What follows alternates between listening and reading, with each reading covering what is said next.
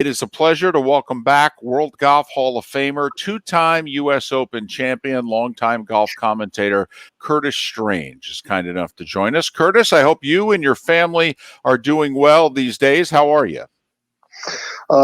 Thanks for asking. We are doing well. We have avoided the dreaded COVID so far. As my granddaughter says, Corona.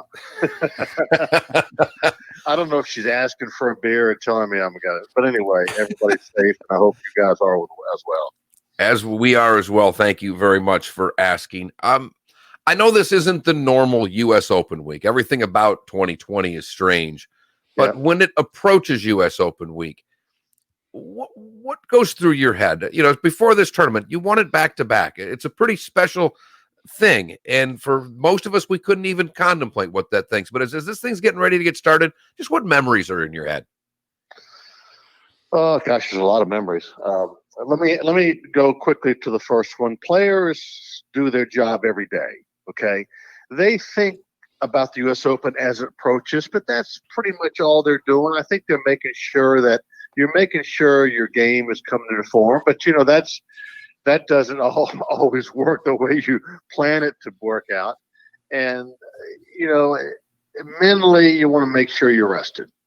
And you can't help but get more mentally involved. You can't help but be more excited. Physically, you're pretty much the same. You do your job every day. You practice every day. You can't practice anymore. So that's the way I felt. Mentally, you wanted to be in it. You want to be rested. You have to be prepared, knowing that it's going to be a different ball game. You're not going to make 20 or 25 birdies this week. You're going to struggle for pars. It's going to be a completely different game. You have to be ready for anything and stay very, very patient. As far as me, there's a lot of memories. My gosh, where do you want to start? I was playing well in '88. I was hadn't won a major, and they put the label on me, the best player not to win a major, and it didn't stay for long because I won the next one in the U.S. Open. But you know, it's a kind of a crappy label, to be honest with you. You know, somebody's always going to be the best player and never win the major, and it's kind of I looked at it as a shot. But anyway, you know, you go into it, you try to, you know, not shoot yourself in the foot early. You try to build as the round and the tournament progresses, like any week. You understand that mistakes are going to be magnified because of the difficulty of the golf course, the setup, and you just do your job. And come the weekend, you hope you're in contention, and come Sunday, you hope you're playing late Sunday afternoon. And when you get to the weekend, and when you get to the stage, that's where all the preparation will show its face. That's where all the preparation you will benefit from, and some survive the stage better than others. It's the biggest stage for us as Americans. There's a lot of pressure. There's you know what you're playing for, and so I survived it twice, luckily, and it's a great thrill. Well, and you also had three other top four finishes, one of them at Winged Foot in '84. I was there on Sunday, by the way, one of my great childhood memories with my grandfather. But that was the first time you contended. You weren't that young, pal. I know that, okay? But so talk to me about Winged Foot. All right, specifically, because you played it and you played it well in finishing third back in '84, just because the course hasn't changed much. It's still very hard. Talk about Winged Foot. Well, you know, you said I finished three top fours other than the two wins. Other than, and there was the missing the playoff by a shot in '94, but there was two previous close calls. Not so close, but I finished well. I was on that stage, and that made a great, great impact on me in learning what that stage and the pressure was all about. So, you know, you have to, you take baby steps, and sometimes you fall down and you have to get back up. So just wanted to mention that. Winged Foot is the toughest U.S. Open test we have. Oakland Hills, Oak Hill, Oakmont are extremely, extremely hard, but the scores are higher at Winged Foot, and I don't know if our listeners remember, in '74 they wrote a book about it, The Massacre at Winged Foot, Right. 7 over par one, and so it's just long. It's long, and there's enough curve to the fairways to make driving tough. They've got a massive amount rough this week. Those of us, me included, that have been agitated and annoyed how the U.S. Open hasn't been a true U.S. Open for a number of years. Pebble got it right last year. We have a true U.S. Open this year. Trust me. I've talked to friends up there. I've seen pictures, and I watched the Golf Channel last night. It's plenty tough. Pebble has Winged Foot's greens are not small by any stretch, but they have a lot of slope, most of them from back to front. So when you miss greens with those deep green side bunkers, it's tough to get it up and down. It's just relentless from the first tee to the last green. There's no give up. There's no hole out there, guys, that you say, if I could just get to the 6th hole, that's a par 5, I can get on. I can get one back there. You never think that at Winged Foot. There's a couple of shorter holes, but you're just careful putting it in the fairway and trying to put it on the green. And it's just relentless coming at you from 1 minute to the next. And Curtis, I was listening to a lot of Golf Talk yesterday that echoed everything you just said about the rough. And the one thing that didn't matter in any of these tournaments leading up, a little bit at the PGA, because that was a great setup as well, but any of these FedEx Cups, I mean, it was like it was just hit it as far as you can and go find it, but with no gallery. Yeah, all of these errant shots at Winged Foot don't end up on a trampled down piece of grass that you might be able to get a club on. We've actually watched the players play better. I think by and large, with no fans, pace of play has been pretty darn good. There's no distractions. There's no one having to wait for applause to hit a shot. But at Winged Foot, if you miss a shot, the penalties will be even that much more severe, won't they? And the no crowd makes it even harder. Well, it will be for that really errant shot. You could get lucky once in a while when you hit it outside the ropes. For the guys playing well, that doesn't happen very often. So how much will that affect play? I don't think a whole lot. But, from a fan standpoint and from this week, again, our listeners will really thoroughly enjoy the scenery and the topography and the beauty of Winged Foot. It is one beautiful piece of land. There's 2 18 holes there. It's the east to the west. The most gorgeous clubhouse you've ever seen, and you won't see inside the best grill room, bar room in America, bar none. It is the coldest mugs you've ever seen in your life. But anyway, it's just fans. Do the affect the players? Do not. I think they'll affect the players more this week because the lack of fans will affect the players more this week because you thrive off the excitement of the fans. The fans thrive by thriving off the excitement for the player shots. And that keeps you going. That keeps you motivated sometimes, especially when you've just hit a poor shot maybe or had a tough stretch and you walk through the fan. Come on, go get him, Mark. Go get him, David. Come on, go get him. Go, you got it. Things like that make a little bit of a difference sometimes. And you don't hear any of that. And so you're by yourself. It's like playing early Sunday morning at a U.S. Open with nobody out there yet. So I actually think the fans will make the biggest difference in all of golf at Augusta, because there what's going on, the excitement, the roars, everything. But they've adapted to the no fans. I think by now they know what they're playing for, and once they get started on Thursday, I think you forget about all the stuff that we analyze, all that plain vanilla noise, subject matter. It goes out the window for the players. They know what's going on. Mark relayed a comment that he heard yesterday on PGA Tour Radio in which somebody walking the course thought that a swing coach thought only 4 or 5 guys could win because of how long the course is. And yet historically at Winged Foot, it's not the longest guy that wins. Hale, Hale, who won in 74, took the lead into the final round in 84. You finished third in 84. Fuzzy was long but not huge, if you know what I mean. Jeff Ogilvy was long but not huge. Do you think that this is a bomber's course, or is this the type of course that the Zach Johnsons of the world, the Kisners of the world, can actually do better at?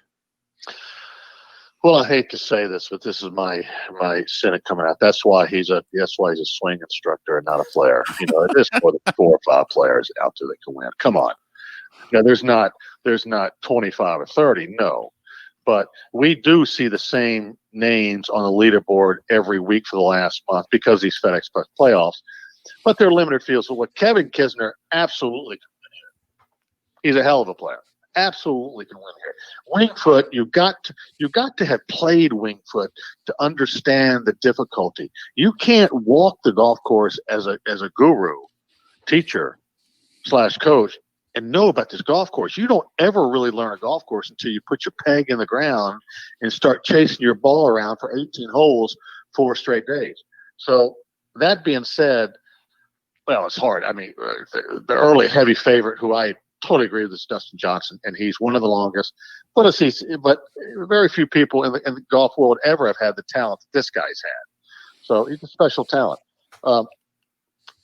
Zach Johnson could have won there. I think Zach Johnson hasn't played well enough of late, and he's not 25 anymore. So no, true. I don't even know how old he is, but yeah, he could have won here. But yes, if you're a talented player and you're not the longest, you absolutely can win here because accuracy is going to be back in the game.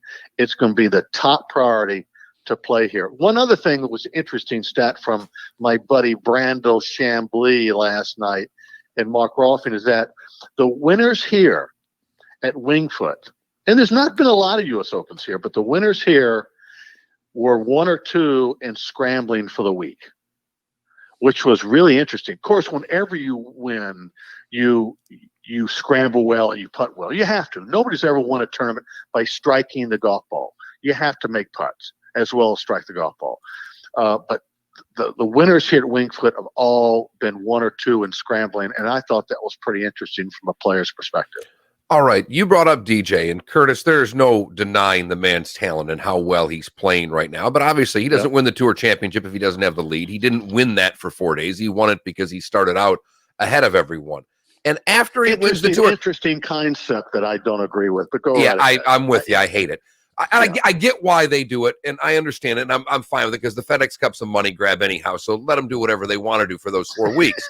But DJ, I didn't realize until watching the Tour Championship, DJ's leaving after making his 15 mil, and he's going to go to Winged Foot to play it for the first time. And as good as he is, Curtis, you've talked about this course, and you echo what so many have said. There's not a birdie hole on this course. Par is a great score. So for a guy like DJ, who's never played it and was going to go out with his brother, who's his caddy, and grab a local caddy and go run around and try to figure it out, is he, even with all his talent, at a monumental disadvantage for his lack of knowledge at Winged Foot? Well, that's been a long time debate. I thought I was okay as long as the greens weren't too wild and wacky. And these at Winged Foot can get you. So, possibly the local caddy situation for a day or so is a smart idea. You got to keep it below the hole. The basics of Winged Foot, but can you execute? Let's go back. Nobody knows these major championship venues very well. Of course, they know Pebble Beach. They know Torrey Pines. But you only go to them every 6 to 10 years. So nobody, if you fall into that age gap, as DJ has done, this is the first time of him playing a major championship there. I only played 1 U.S. Open there. I was still in college in 74. Thank God I didn't qualify for it too, by the way. You know, I would have been like that dog that finally caught the car. Now what the hell do you do? You know? Qualifying for that Open could have set your career back 5 or 10 years, Curtis. Oh my God, I'd have been down there sitting with you guys talking. But you know, I think other than, you know, a few of them, Tiger, and a few of the guys that have been around for a while, that played the 97 PGA there, you know, possibly the 06 Open. But DJ's in the same boat as probably most of the players. And so they're all doing the same thing. Would I have gone there earlier to play one day? Probably. I did that twice in my career, and it made me more comfortable when I came through the gates Monday morning. And I knew what to expect. I knew where to go. I wasn't looking for the first team the first time out there. I knew what was going out there. So that helps a little bit. But the one... Oh. Well, that's a bummer. We lost Curtis there. Yes, we did. And unfortunately, we're up against it time-wise, so I don't know if we'll get him back.